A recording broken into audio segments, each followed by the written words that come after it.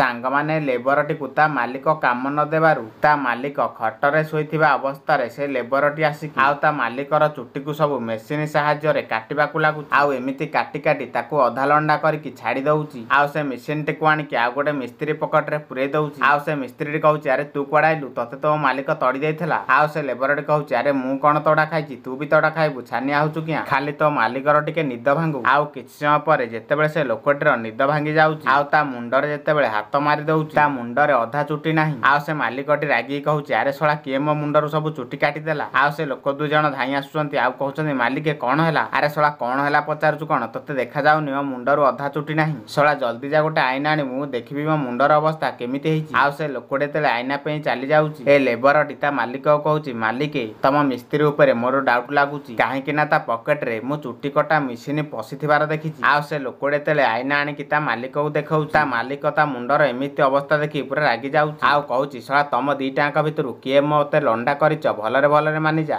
ଆଉ ଠିକ ସେଇ ଟାଇମରେ ତା ମାଲିକର ସାଙ୍ଗ ଚାଲି ଆସୁଛି ଆଉ କହୁଛି, ଏ ଦିଟାଙ୍କ ଆଖିରେ ପଟି ବାନ୍ଧିକି ନିଧୁମ ଛେଚିଲେ ସବୁ ସତ ମାନେ ଯିବେ। ଆଉ ସେ ଦିଟାଙ୍କ ଆଖିରେ ପଟି ବାନ୍ଧିକି ଆଣ୍ଠେଇ ଦଉଛନ୍ତି। ଆଉ ତାପରେ ଯାଉଛି ଦେଖିବା ପୂର୍ବରୁ ସାଙ୍ଗମାନେ ଆପଣମାନେ ଯଦି ଚାହୁଁଛନ୍ତି ଲଣ୍ଡା କରିଥିବା ଲୋକଟି ଧରା ପଡୁ ବୋଲି ତାହେଲେ ଗୋଟେ ଲାଇକ୍ କରିଦିଅନ୍ତୁ। ଶେଷରେ ତା ମାଲିକ ଯେମିତି ବାଡେଇବାକୁ ରେଡି ହେଇଯାଉଛି ଆଉ କାଟିଥିବା ଲୋକଟି ମାଡକୁ ଡରିକି ସରେଣ୍ଡର କରିଦଉଛି। ଆଉ ସେ ତିନି ଜଣଙ୍କ ମିଶିକି ଏ ଲୋକଟିକୁ ନିଧୁମ ଛେଚୁଛନ୍ତି।